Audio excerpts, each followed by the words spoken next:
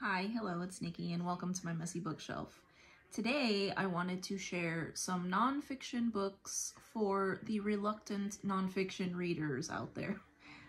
November is quickly approaching. We are more than halfway through October, and one of the events that I am excited for is the long-running Nonfiction November event, which has been going on for years and which was created by and hosted by Olive at A Book Olive. And this will be my first year on BookTube participating in this event, and I am very excited. I myself was a reluctant nonfiction reader way back when, and not that I am a big nonfiction reader now, but I do try to read at least one nonfiction book a month. So here are some books that I pulled off my shelves that I loved and that I think are very readable, and some of them read like nonfiction because they're just that fast-paced. So I will start off with some of the more entertaining ones, if you will. So the first one that I have here is A Treasury of Royal Scandals by Michael Farquhar. And this book is, it's almost like watching something on, what's that channel, the entertainment, E, with the scandals and all the pop culture things that are going on that most of us don't care about. But this is about royal personages in history, and some of the scandals and wicked things that they were getting into. So I loved this when I read it. It's a bunch of, I guess, short little vignettes about different real people in history and the scandals that they had in their lives. So the next one that I have is one I think I talked about before on my channel, and that is My Life in France by Julia Child. And this was a fantastic and highly readable book. It was very entertaining, and I read it after that movie, what movie was it? It was a Julia and I, or something like that, where the main character was trying to cook all of the recipes in Julia Child's famous cookbook.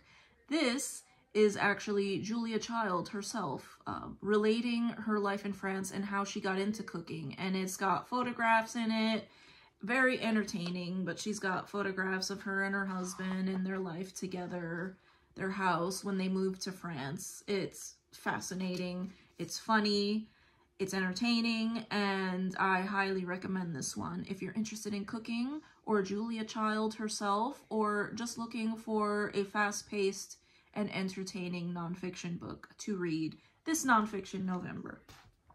The next one is one that I find very charming. I have a lot of different books on this topic, but this is The Book Whisperer by Donalyn Miller, and this is one of those books that talks about how to instill the love of reading in children. And this was a retired school teacher just talking about how she revamped the reading curriculum in her school and the difference it made on the children who were at her school.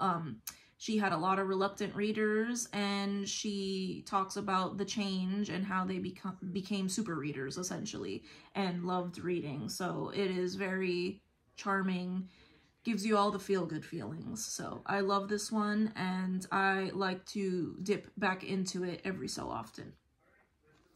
The next one is one that I dip into a lot, and I have for many years. And this is The Well-Educated Mind by Susan Wise Bauer, who is a big name in the homeschooling community. Her and her mother, they wrote a series of different books about homeschool curriculums and the importance of a classical education. This is the one that she wrote about adults. If you want to kind of cobble together a classical education for yourself at home, and it has book recommendations and a way of putting together a curriculum for yourself if you want to kind of give yourself a classical education at home. So love this one, and as you can see, it is heavily marked up because year after year I go back to it. Moving on to some other books, we have here Sapiens. I think probably everyone's heard of this. This is by Yuval Noah Harari, and this one is quite a heavy book. This book is about early human history and essentially the history of mankind, and it was fascinating. It is very readable for the content that it deals with, and it's got color photographs in here. It's very fascinating, very fascinating. And I think it's very readable, and covers a very entertaining topic. Oh, there's a picture of my son when he was a baby, just popping out. But if you are interested in any anthropology or the history of prehistory, essentially, this is an excellent choice to read. The next one that I have is The Silk Roads, and this is by Peter Frankopan.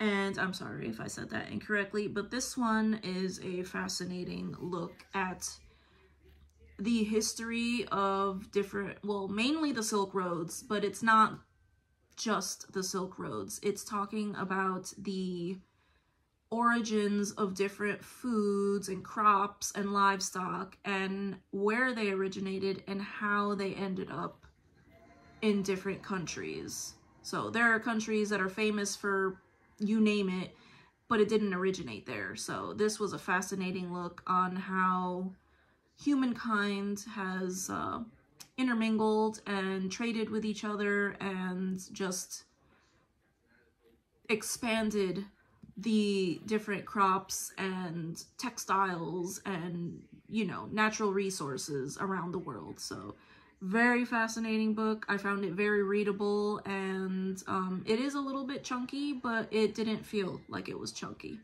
It was very readable. And would this be a video of mine if I did not mention Endurance?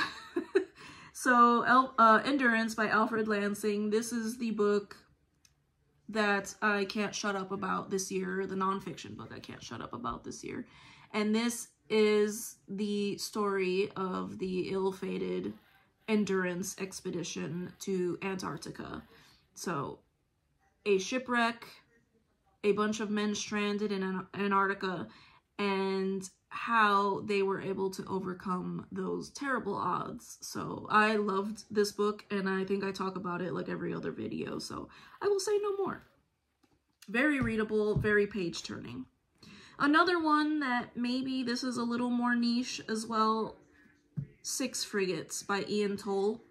And this one is about the creation of the United States Navy. And sure, if you don't like military history, you might not want to pick this up, but it was very fascinating, very page-turning, and very entertaining. There are some anecdotes in here about people that we've heard about, if you have ever studied American history at all. There is information on Paul Revere, who we all know as the man who ran throughout the streets yelling the British are coming, but few people realize that he had a lot more impact on the creation of our country and the creation of the United States Navy. I did not know that until I read this book, and I loved this book. So another chunker, but a very fast-paced, page-turning, and entertaining one for a military history book. The next one that I have here, we're getting to the end, is Destiny Disrupted. And this is by Tamim Ansari. And this book was my favorite book the year that I read it, and I can't remember what year it was. This is a history of the world through Islamic eyes. So it is a Muslim scholar who basically not retells, but he goes through the events of history that us in the West all know about or are familiar with, and relates those things through the lens of Islam. So it was very fascinating to see things from another perspective. I am a Christian, but I have a lot of love and respect for people of all religions, and I am very interested to hear other people's points of view. So this was a fascinating, entertaining, and fast-paced read. It was very, very eye-opening for me, and I loved it. So I highly recommend this one. And then the last one that I have here is The Great Transformation by Karen Armstrong. And I, not recently, but a few years, got really into her books. This was a book about early human history and how various religions were formed. And I don't know that I can do it better justice than that. You would just have to read it. She does such a great job of going through each religion that she talks about and the precursor to each of those religions and how each of them was formed. I really can't describe it better than that. She has some other books that are fascinating as well, but this was the one that got me started onto her work. But yeah, these are all books that I think someone who is not that into nonfiction would be able to read and enjoy because they are fast-paced, they are entertaining, and they are informative. So I thank you so much if you've made it to the end of this video. Feel free to recommend any nonfiction books that you think reluctant nonfiction readers would like. But again, I thank you, and I hope to see you in the next video. Bye.